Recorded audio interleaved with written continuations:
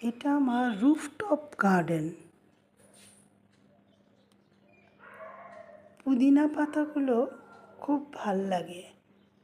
এটা অ্যান্টিঅক্সিডেন্ট, তো আমি প্রায় এটা চায়ে দিয়ে খাই অথবা এমনিও খাই। আর এটা ছোট্ট লঙ্কা, চাইনিজ।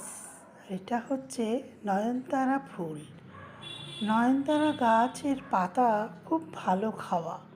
যারা সুগারের রোগী তারা যদি রোজ খায় একটা করে, খুব উপকার পায় তারা। এটা ভায়োলেট কালারের জবা ফুল।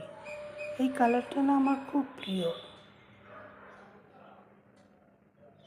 এছাড়া আমার অনেক গাছপালা আছে,